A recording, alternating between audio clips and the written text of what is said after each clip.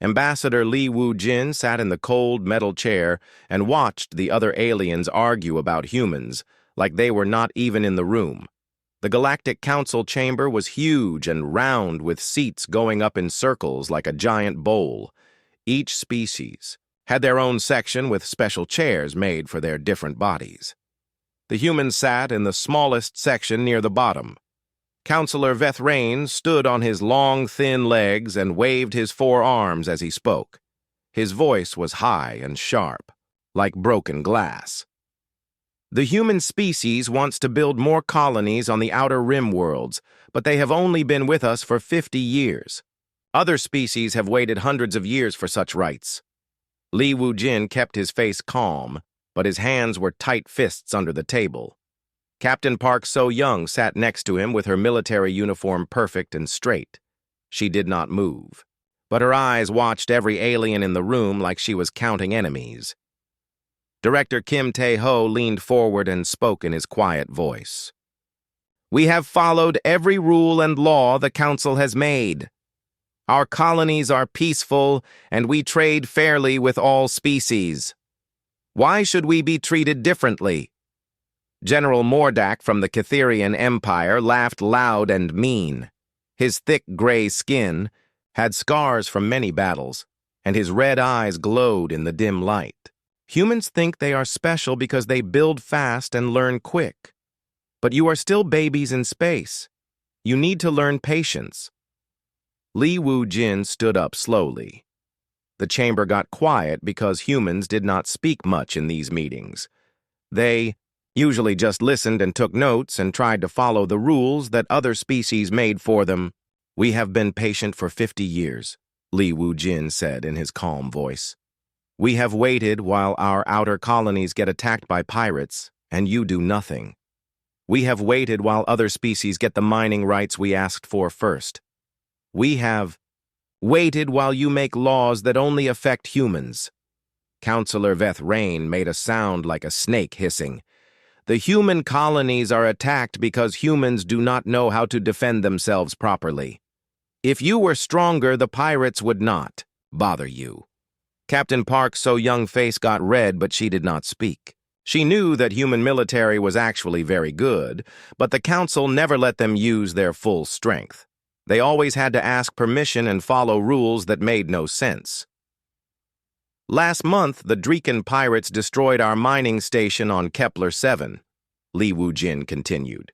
43 humans died, including women and children. We asked the Council for help, and you said it was a local problem.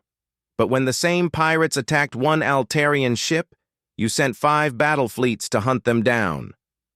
The Altarian section made angry noises. Counselor Vethrain's eyes got brighter and meaner. "That ship was carrying important diplomatic messages. Your mining station was just business." Director Kim Tae-ho's hands shook with anger.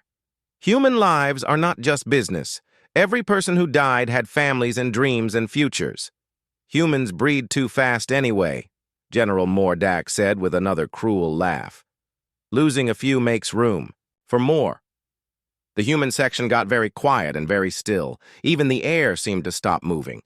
Li Wu-jin looked around the chamber at all the alien faces. Some looked bored, like this was just another boring meeting. Some looked amused, like they were watching a funny show. None of them looked like they cared about human problems or human lives. "We have given much to this council," Li Wu-jin said, slowly. "Human engineers built half the space stations you use. Human doctors found cures for 3 diseases that were killing your people. Human traders opened new routes that made everyone rich.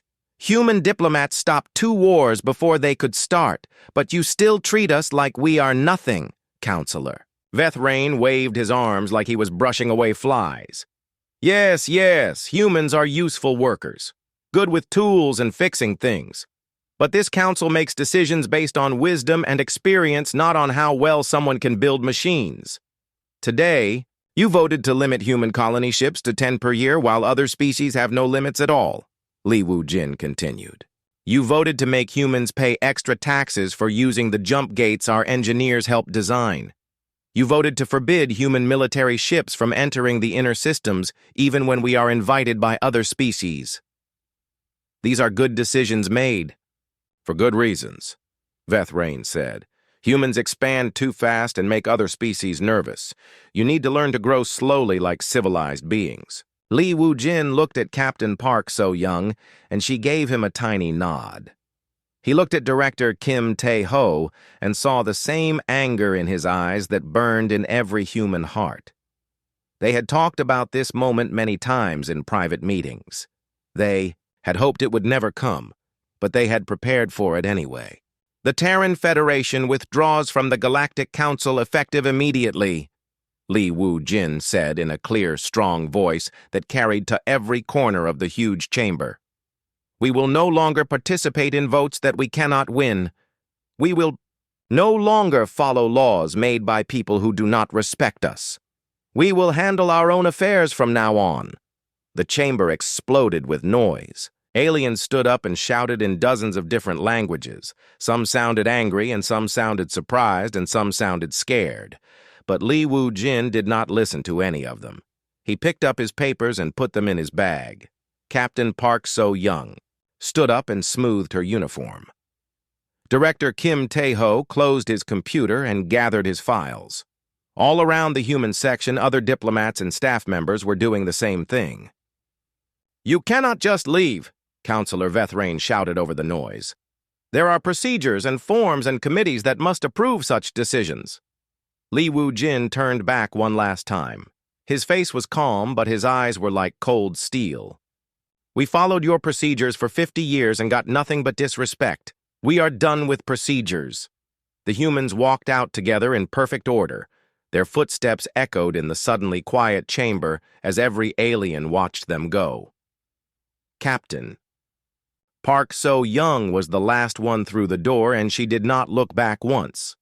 Behind them, the council chamber erupted in chaos again as different species started blaming each other for losing the humans. But the humans were already gone, walking through the corridors of the station toward their ships. In his private office later that day, Li Wu-jin sent a simple message to Earth and all human colonies. We are coming home. Prepare for independence. Admiral Han Kyung-soo stood on the bridge of his flagship and watched the stars through the big window. His fleet of 30 human warships hung in space around the neutral station where the Galactic Council met. The ships were sleek and fast with weapons that most aliens had never seen in action. Admiral, the Council is sending emergency messages, his communication officer reported. They want to talk to Ambassador Lee immediately. The ambassador is busy packing, Han Kyung-soo replied without turning around. All human ships are to leave Council space within 12 hours. No delays and no exceptions. On the station below, Dr. Yoon Mi-rae was also packing, but her job was more complicated. She had been working with alien engineers for 20 years, helping them understand human technology. Now she had to decide what to take and what to leave behind. Her assistant brought her a list on his tablet. Doctor, these are all the projects we are working on with other species. The Centaurians will not be able to finish their new communication system without our help. The Nexarians do not understand how their power grid works. Dr. Yoon Mi-rae looked at the long list and felt tired. Humans had been quietly fixing and improving alien technology for decades. Most species did not even know how much they depended on human knowledge. Send shutdown codes to all the systems we built for them, she said finally. If they want our help, they can ask nicely and pay properly for it. Across the galaxy, human engineers and technicians were getting the same orders. On mining stations and trade posts and military bases, humans were turning off machines and computers and walking away. Some aliens tried to stop them, but the humans just smiled and kept packing. Counselor Zep Hari from the Nexarian Republic was one of the first to understand what was happening. He ran through the corridors of the council station looking for any human who would talk to him. But the humans were all busy loading their ships and leaving.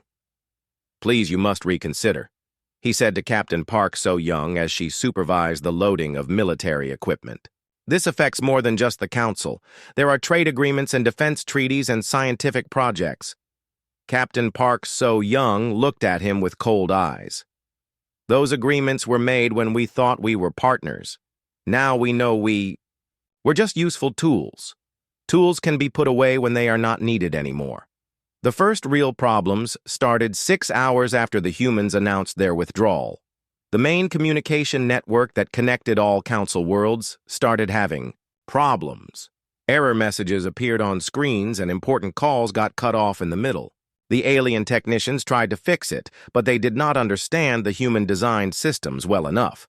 Trade Minister Kolvash from the Centaurian Trade Union was in a meeting with cargo ship captains when his computer screen went black. He pressed buttons and called for help, but nothing worked. Without the communication network, he could not track shipments or process payments or coordinate deliveries. "How long will it take to fix this?" he asked his chief engineer. The engineer looked scared and confused. "Sir, we do not have the technical manuals for this system. The humans always handled the maintenance and upgrades. We just used it." On the military front, Admiral Han Kyung-soo was pulling all human ships back to human space. For 50 years, human vessels had patrolled dangerous areas and protected trade routes and responded to emergencies. Now those areas would be empty and unguarded. General Mordak did not understand the problem at first. He still thought humans were weak and cowardly. "Good riddance," he told his staff. "Now we do not have to pretend to work with those pathetic creatures." But his opinion changed quickly when pirate attacks increased by 300% in just 2 days. Without human patrols, the criminals moved freely through space, attacking anyone they found. Mordak's ships were too slow and too few to cover all the areas that humans had been protecting. Dr. Yoon-mi Ray was almost finished packing when Counselor Veth Rain came to her laboratory. He looked around at all the empty shelves and broken equipment with worried eyes. "Doctor, surely you can leave someone behind to help with the transition," he said in a voice that was much less arrogant than usual. "These systems are very complex, and we need time to learn how they work." "You had 50 years to learn," Dr. Yoon-mi Ray replied as she sealed the last box of research files. "You chose to let humans do the work while you made speeches about how superior you were." The Altarian tried to block her path to the door.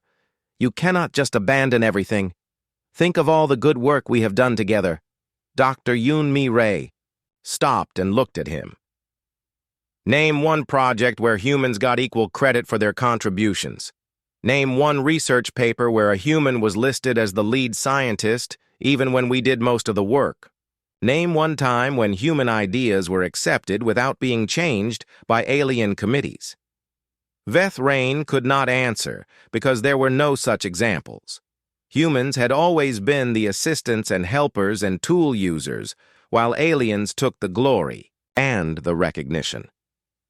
On Earth, President Choi Dong-wook called an emergency meeting of the Terran Federation Council. Representatives from every human colony attended by video link to discuss their response to the galactic situation.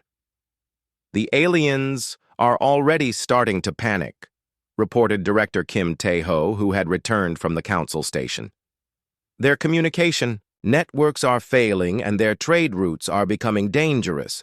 Some of the minor species are already sending private messages asking if we will help them directly." "What about our own colonies?" asked the representative from New Seoul. "Are we ready to defend ourselves without council support?" Admiral Han Kyung-soo answered from his flagship. "Our military is stronger than they know. We have been careful not to show our full capabilities while we were in the council. If anyone tries to attack us, they will get a very unpleasant surprise." President Choi Dong-wook looked thoughtful. "The goal is not to start a war. We want respect and fair treatment, not conquest. But we must be ready to defend our people and our rights." Back on the council station, the emergency session was chaos. Different species were arguing and blaming each other for the human withdrawal. Some wanted to send military ships to force the humans back.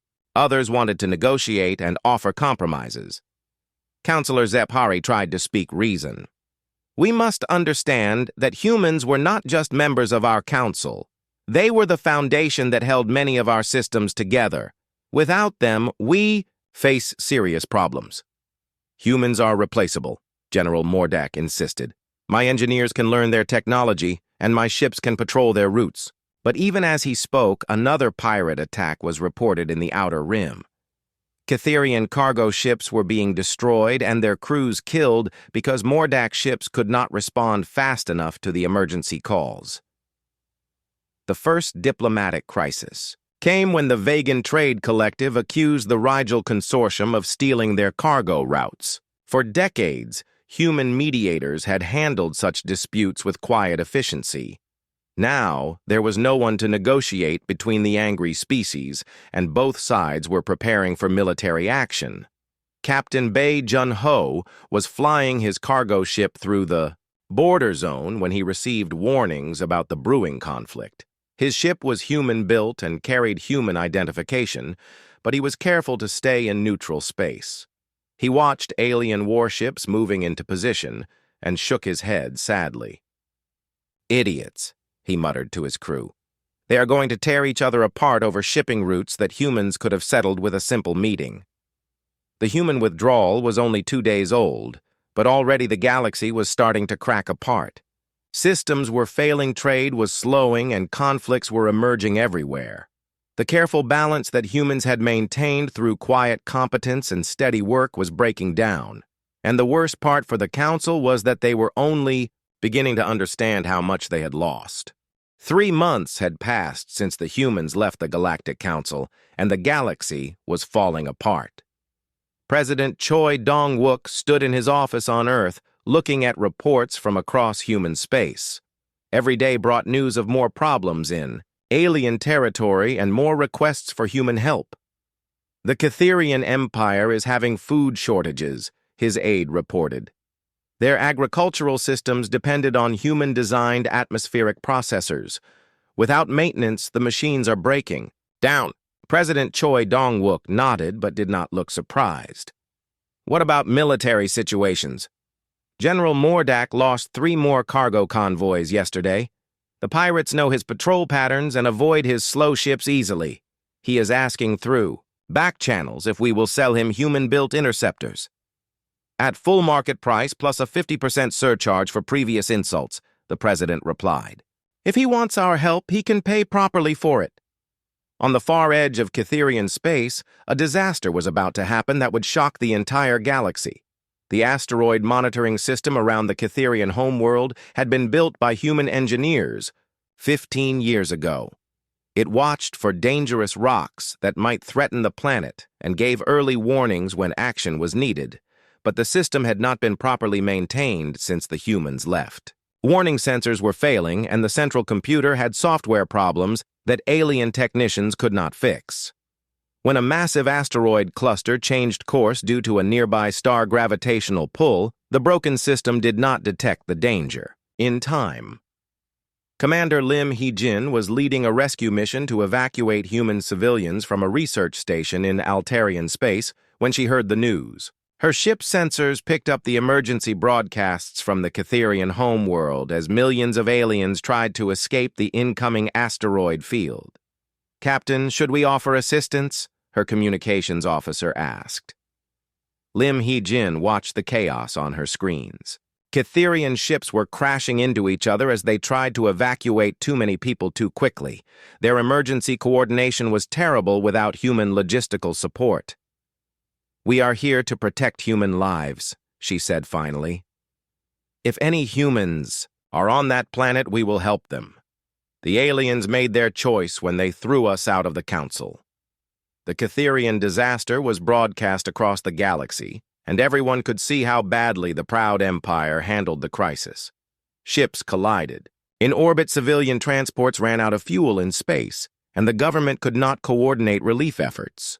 It was obvious that they needed human expertise, but their pride would not let them ask for help directly. President Choi Dong-wook addressed the Terran Federation from his office that evening. The speech was broadcast on all human worlds, and also transmitted to every alien government that wanted to listen. "For 50 years we tried to be good partners in the Galactic Council," he said in his calm, steady voice. "We shared our knowledge, freely helped solve problems that were not our responsibility, and followed rules that were often unfair to us. In return, we were treated like servants and told we should be grateful for the privilege. He paused and looked directly into the camera. We are not servants, and we are not children. We are human beings with the same rights and dignity as any species in the galaxy. We will trade with anyone who treats us fairly, but we will no longer subsidize a system that does not respect us. The speech had immediate effects across alien space. Some species were angry and threatened military action against human colonies. Others were frightened because they realized how much they needed human help. A few wise leaders began to consider approaching humans directly for new partnerships outside the council system. Captain Bae Jun-ho was unloading cargo at a space station, in neutral territory when he witnessed the growing chaos firsthand. Altarian and Nexarian ships were arguing over docking rights, while Centaurian traders complained about delayed shipments. The station manager looked exhausted as he tried to handle problems that human mediators used to solve automatically. This place was so peaceful when the humans ran the scheduling system, one alien merchant told Bae Jun-ho. Now it takes 3 times as long to process cargo and fights break out every day. Bae Jun-ho just smiled and loaded his human-made ship with valuable metals that he would sell for high prices in human space. Alien trade was becoming more expensive and dangerous, but human traders were making good profits by staying out of the conflicts. The first major war started exactly as President Choi Dong-wook had predicted. The Vegan Trade Collective and the Rigel Consortium could not agree on shipping routes through the Spiral Arm region. Without human mediators to find compromises, both sides became more aggressive until fighting was inevitable. The war began with Vegan ships attacking a Rigel convoy near the Proxima system. Within hours, both species had called up their battle fleets, and the conflict spread across 12 star systems. Thousands of aliens died in the first week of fighting over trade routes that humans could have negotiated peacefully. Counselor Zep Hari watched the war reports with growing horror. He had tried to warn the council that losing the humans would lead to exactly this kind of disaster, but no one had listened to his concerns. We need to contact President Choi Dong-wook directly, he told his staff. The council system is not working anymore. Individual species must make their own arrangements with the humans. But Zep Hari was not the only one with that idea. Ambassador Feltorin from the Andromedian Republic was already on his way to human space in a fast diplomatic ship. He carried secret instructions to negotiate a separate peace treaty with the Terran Federation. The Andromedians had always been more practical than other council species. They understood that human withdrawal was not just about politics, but about survival. Without human partners, their own civilization would face serious problems within a year. General Mordak was also having second thoughts about human weakness. His military had suffered embarrassing defeats against opponents he should have easily beaten. Pirate gangs were attacking his supply lines, civilian cargo ships were refusing to enter Catherian space, and his own officers were questioning his leadership. The final humiliation came when a ragtag fleet of pirates captured 3 Catherian military bases in one coordinated attack. The bases had been defended by early warning systems and automated weapons that humans had installed. But without proper maintenance, the defenses failed, and the pirates walked in unopposed.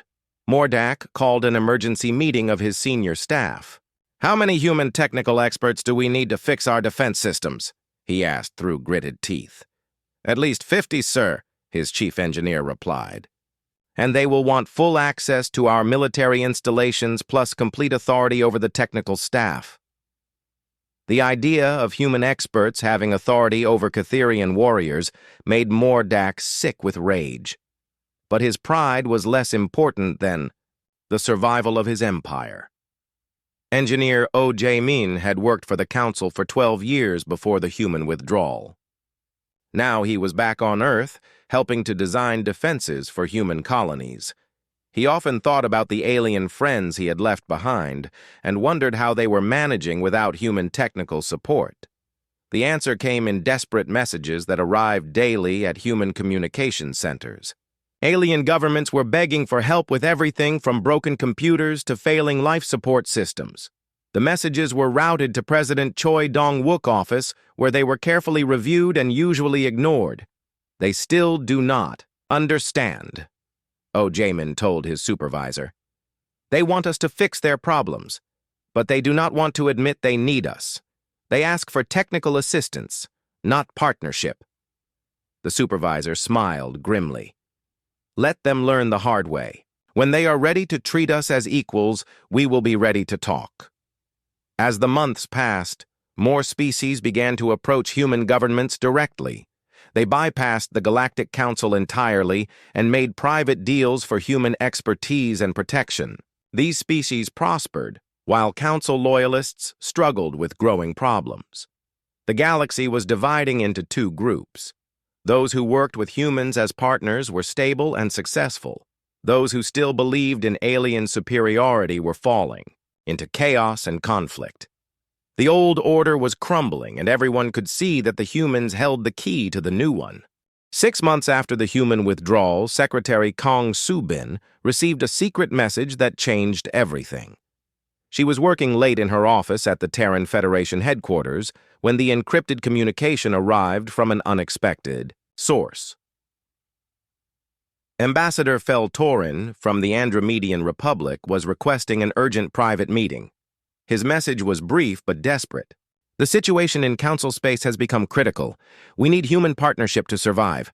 Please consider meeting with me at the neutral station near Centauri Prime. Kang Soo-bin studied the message carefully. The Andromedians had been among the more reasonable voices in the Council, but they had still voted for most of the anti-human measures. Now they wanted to negotiate separately from the other species. She called President Choi Dong-wook to discuss the request. This could be the first crack in their unified position, she suggested. If one major species breaks away to work with us, others might follow. The president agreed to the meeting, but with strict conditions.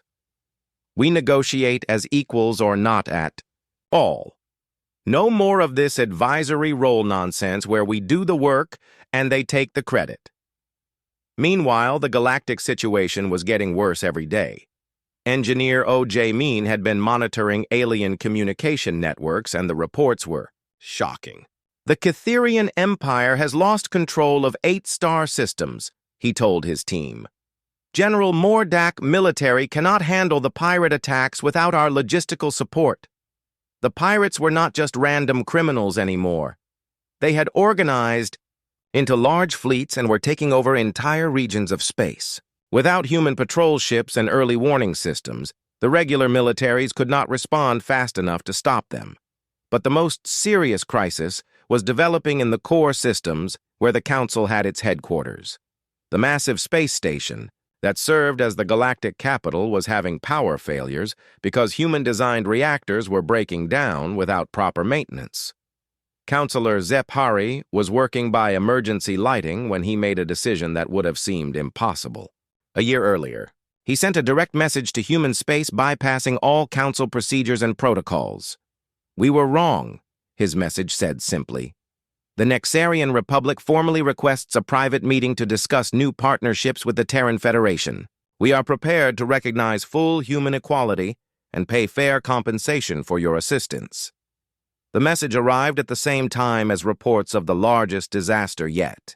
The Altarian homeworld was facing ecological collapse because their atmospheric processors had failed. These machines cleaned the air and regulated the climate, but they were built with human technology that aliens did not fully understand. Counselor Veth Rain, who had been the most vocal critic of human capabilities, was now watching his people die from poisoned air.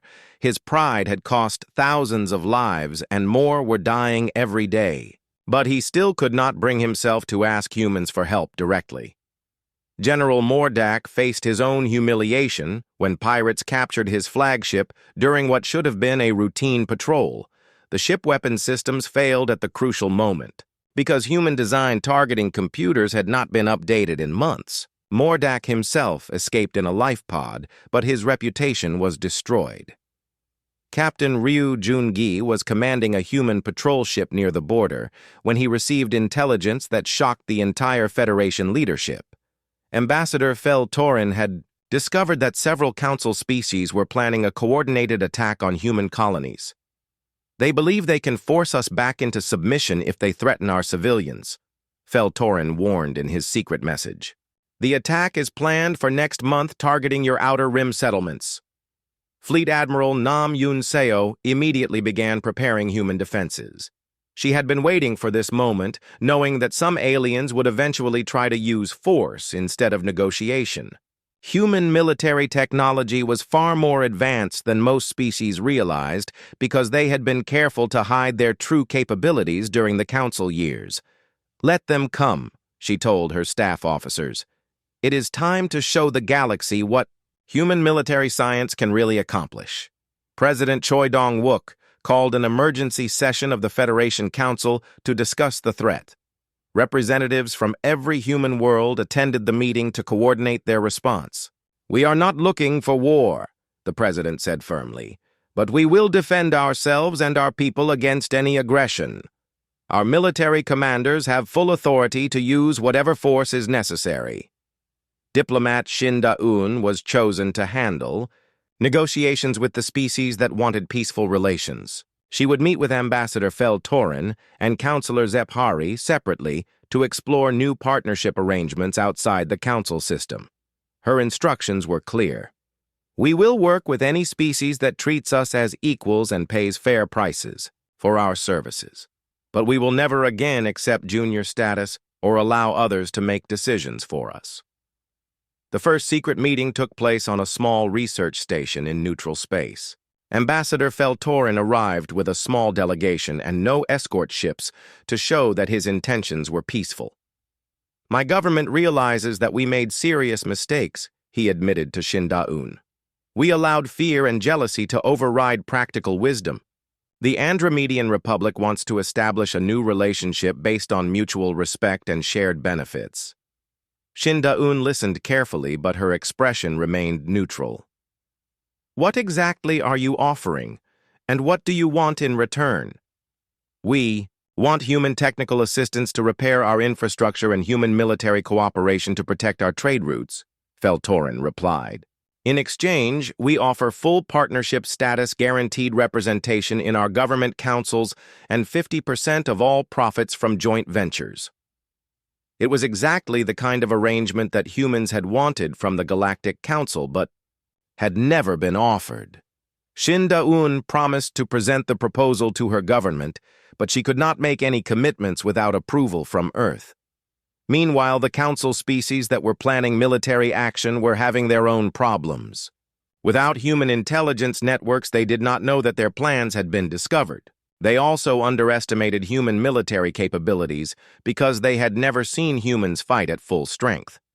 General Mordak was chosen to lead the attack despite his recent failures. He commanded a fleet of 200 ships from 6 different species, all united in their determination to force human submission. "The humans are soft and weak," he told his fellow commanders. "They have prospered only because we protected them. Without council support, they will surrender quickly when faced with superior numbers." But human engineers and scientists had not been idle during their decades in the council. They had quietly developed weapons and ships that were far ahead of anything the aliens possessed. The upcoming battle would reveal the true extent of human technological advancement. Captain Ryu Jun-gi received his orders while patrolling the outer rim near the human colony of New Busan. "Enemy fleet approaching your sector. You are authorized to engage with full weapons free. Show them what human ships can really do." The stage was set for a confrontation that would reshape the balance of power in the galaxy. Some species had chosen the path of cooperation and partnership. Others had chosen the path of force and domination. The humans were ready for both. The attack came exactly when human intelligence had predicted. General Mordak's fleet of 200 ships dropped out of hyperspace near the human colony of New Busan, expecting to find frightened civilians and weak defenses. Instead, they found Captain Ryu Jun-gi waiting for them with 30 human warships in perfect battle formation. "This is General Mordak of the Catherian Empire," came the arrogant broadcast. "You will surrender immediately and return to Council authority, or we will destroy your colony." Captain Ryu Jungi smiled as he opened a channel to respond. "This is Captain Ryu Jungi of the Terran Federation Navy. You are in violation of human space. Withdraw immediately or face the consequences." Mordak laughed at what he saw as typical human weakness. 30 ships against 200. You cannot be serious about fighting. Numbers do not always determine victory," Ryu Jungi replied calmly, "but you are welcome to test that theory." The battle began when Catherian ships opened fire with their heavy plasma cannons. The weapons were powerful and had won many victories against other alien fleets. But they were also slow and predictable, and human ships danced around them like fighters avoiding clumsy punches. Human vessels were smaller and faster than alien designs, but they carried weapons that no Council species had ever seen. Particle beam arrays cut through enemy shields like they were made of paper. Quantum torpedoes exploded inside enemy ships after passing through their armor like it was not even there. Within minutes, 12 alien ships were destroyed and 20 more were badly damaged.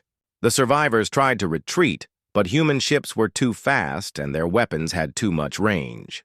Fleet Admiral Nam Yoon Seo watched the battle from her command ship and felt proud of her crews. "This is what happens when human engineering is not limited by alien committees and regulations," she told her staff. The battle lasted less than an hour. When it was over, 160 alien ships had been destroyed or captured with minimal human losses. General Mordak himself was taken prisoner when his flagship surrendered after losing all weapons and life support. The victory sent shockwaves throughout the galaxy. Every species realized that they had seriously underestimated human military power. The humans had not been weak at all during their council years. They had simply been restrained by laws and treaties that prevented them from showing their true capabilities. President Choi Dong-wook addressed the galaxy from Earth within hours of the victory. His message was broadcast on every communication network that still functioned in alien space. "Humanity did not seek this conflict," he said in his steady presidential voice. "We left the council peacefully and asked only to be left alone to manage our own affairs. But when others chose to threaten our people with violence, we defended ourselves as any sovereign species has the right to do."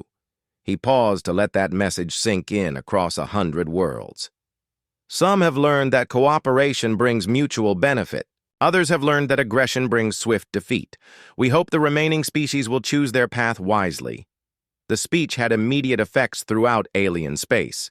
Counselor Veth Rain, who had been the most vocal opponent of human equality, finally admitted that his people needed help.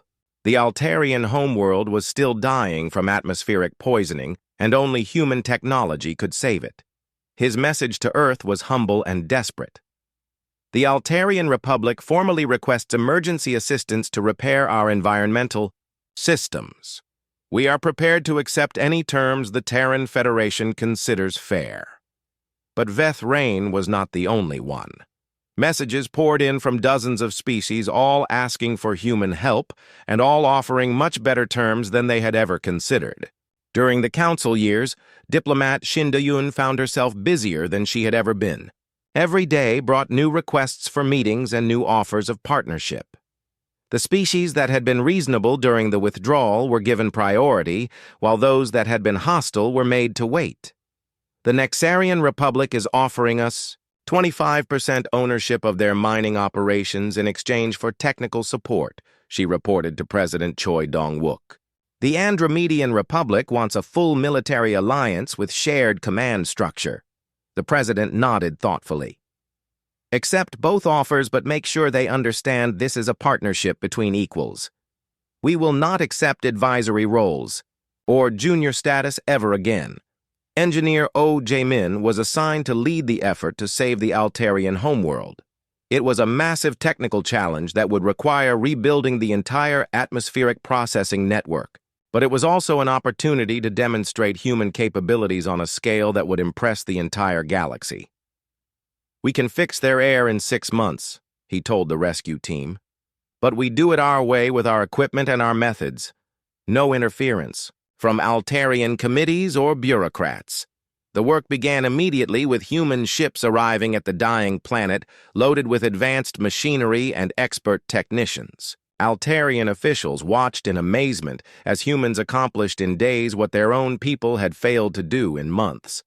Captain Bei Junho was making his regular cargo run through the outer systems when he witnessed the transformation that was taking place across the galaxy. Species that had allied with humans were prospering, while those that remained loyal to the old council were struggling with growing problems. "The smart ones figured it out quickly," he told his crew as they docked at a Nexarian station. "The stupid ones are still waiting for the council to save them." The Galactic Council itself was barely functioning anymore. Half the member species had withdrawn to make separate deals with humans. The remaining species spent their time arguing about who was to blame for the disaster instead of working together to solve their problems. Councillor Zephari made one final attempt to save the council system. He proposed a complete restructuring that would give humans equal representation and veto power over major decisions. But it was too late for such reforms. The council had its chance for 50 years. President Choi Dong-wook replied to the proposal. "We tried to work within your system and were consistently ignored and insulted. Now we will work only with individual species that treat us as partners." Fleet Admiral Nam Yoon Seo was establishing the new military balance that would replace the old council peacekeeping forces. Human fleets patrolled space lanes in partnership with allied species, while hostile regions were left to deal with their own problems. "We are not trying to conquer anyone," she explained to her commanders, "but we will protect our friends and ourselves. Anyone who threatens peaceful trade or civilian populations will face the same fate as General Mordak."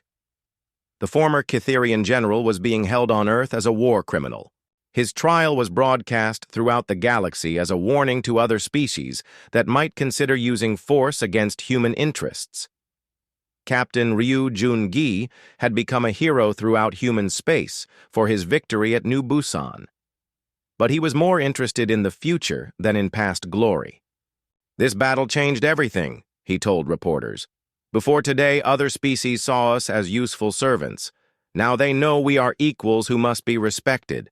The new galaxy that emerged from the crisis was very different from the old council system. Instead of one central authority, there were multiple alliances and partnerships based on mutual benefit rather than ancient traditions. Humans found themselves at the center of this new order, not because they demanded it, but because they had proven themselves indispensable. Species that wanted stability and prosperity sought human partnership. Those that preferred isolation or aggression were left to face the consequences of their choices. President Choi Dong-wook's final address to the Terran Federation summarized the transformation. "We sought only respect and fair treatment. When that was denied, we proved we could stand alone. Now that we have demonstrated our strength, we can choose our partners from a position of equality." The age of human subordination was over. The age of human leadership had begun, and across the galaxy, both human and alien children would grow up in a universe where capability and character mattered more than species or tradition. The galaxy had learned that underestimating humanity was a mistake no one would make twice.